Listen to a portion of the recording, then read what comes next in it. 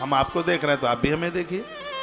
पूर्व की बात है कि जुआरी, नंबरी जुआरी था, कोई दुनिया का ऐसा दोष नहीं था जो उसके अंदर ना हो।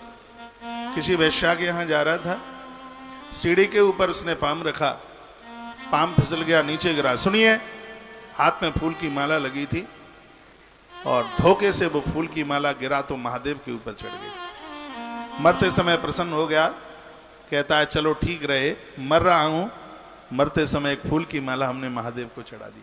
मैं बहुत बार बोलता हूं, देवताओं को चावल चढ़ाते हैं, दूर्वा चढ़ाते हैं, फूल चढ़ाते हैं, जल का लोटा चढ़ाते हैं, यह कभी नर्तक नहीं जाता। सूर्य भगवान को प्रणाम करते हैं, मंदिरों के सामने निकल के हाथ जोड़ लेते हो, यह कभी नर्तक नहीं जाता। ये सब प्रकृति इसको स्वीकार करती है। उस आदमी की मृत्यु हो गई, जुआरी मरा, मर के यमराज के यहाँ गया। यमराज के यहाँ सब लेन देन, खाता बही संभालने वाला आदमी बड़ा अच्छा है।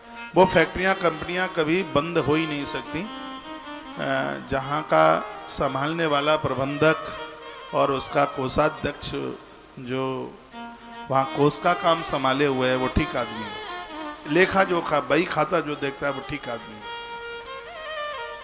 तो भगवान यमराज का जो लेखा जोखा जो संभालता है, नाम है चित्रगुप्त। भगवान चित्रगुप्त बहुत अद्भुत है। उनके वंशधर इस धरती पर हैं, श्रीवास्तव भटनागर, ये कायस्थ कास्ट के जो भाई लोग हैं, यह भगवान चित्रगुप्त के वंशधर हैं। बड़ा ईमानदार देवता है, लेखा जोखे में कोई गड़बड़ी नहीं है, भगवान चित्रगुप्त है। यमराज ने कहा कि यह आदमी सुनाए बड़ा पापी है।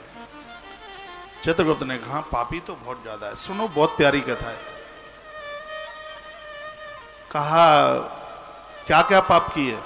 चित्रगुप्त ने कहा यमराज ऐसा पाप है जो इसने नहीं किया। दूतों ने कहा इसको कौन से नरक में फेंके? यमराज ने चित्रगुप्त को पूछा, कहा देखो कहीं धोखे से कोई पुण्य तो नहीं हो गया। सो पूरे पन्ने पलटे तो एक पन्ने में नीचे नोट में लिखा हुआ मिल गया, इस पापी व्यक्ति ने मरते समय एक फूल की माला महादेव की पिंडी पर चढ़ा दी। ये उसमें लिखा हुआ था। यहां तो जो होता है वो छपता है सीधा। यमराज ने कहा तो उसका पुण्य कितना सा है? चित्रगुप्त ने कहा कि पुण्य इतना सा है कि मरते समय फूल की माला महादेव पर चढ़ी है, उसके बाद मृत्यु हो गई। धर्म करने के बाद यदि आदमी पाप नहीं करता तो उसका पुण्य यह है कि उसको इंद्रासन मिलता है। चित्रगुप्त ने कहा 1 घंटे के लिए इसको इंद्रासन मिले। तो फूल की माला चढ़ने के बाद कोई पाप नहीं हुआ। शराब छोड़ दिया है तो दोबारा मत पियो, जुआ छोड़ दिया है तो दोबारा मत शुरू करो, खोटे काम छोड़ दिए हैं तो दोबारा उसको शुरू मत करो। आदत बुरी संभाल लो, हो गया भजन, सबसे बड़ा भजन है। आदतों में सुधार चल करके आ जाए। तो चित्रगुप्त ने कहा कि अपराधी तो बड़ा था, लेकिन फूल की माला चढ़ने के बाद फिर कोई अपराध नहीं हुआ, इसलिए इसका पुण्य इतना। मेरी भाषा लैंग्वेज समझ में आ रही है आपके में? धन्यवाद। तो 1 घंटे के लिए इसको इंद्रासन दे दिया जाए। उस जुआरी को इंद्रासन की तरफ ले जाया जा रहा था, वो रो रहा था, उसकी आंख में आंसू थे। मैंने जीवन भर पाप किया, मैंने जिंदगी भर अपराध किया, मैंने कभी पुण्य में कम नहीं किया, मैं लोगों को लूटता रहा, मैंने लोगों की हिंसाएं करी, मैंने लोगों की हत्याएं कर डाली। धोखे से महादेव की पिंडी पर फूल माला चढ़ गई, तो उसका पुण्य मुझे यह मिल रहा है कि मैं 1 घंटे के लिए इंद्रासन पर। यदि कहीं मुझसे शुभ कर्म होते तो इंद्र की गद्दी नहीं, भगवान के हृदय में मुझे स्थान मिलता। तो मन में यह विचार करता हुआ जा रहा था। वो जुआरी को 1 घंटे के लिए इंद्रासन मिला। खजाने में जितना पैसा था वो सब उसने गरीबों को बांट, दीन दुखारों को बांट दिया, उसने छोड़ा नहीं कुछ भी, सब बांट दिया। इतने में 1 घंटा पूरा हो गया। पहले वाले इंद्र आए, कहा समय पूरा हो गया, नीचे आइए। वो नीचे उतर के आ गया जुआरी। तो देखा तो खजाने में तो कुछ था ही नहीं बिल्कुल। कहा ये तुमने क्या किया? जुआरी ने कहा जो मुझे करना था भैया वो मैंने कर दिया, अब तुम्हें जो कुछ करना हो सो तुम करते रहना। पुनः उस जुआरी को ले जाया गया चित्रगुप्त यमराज के पास।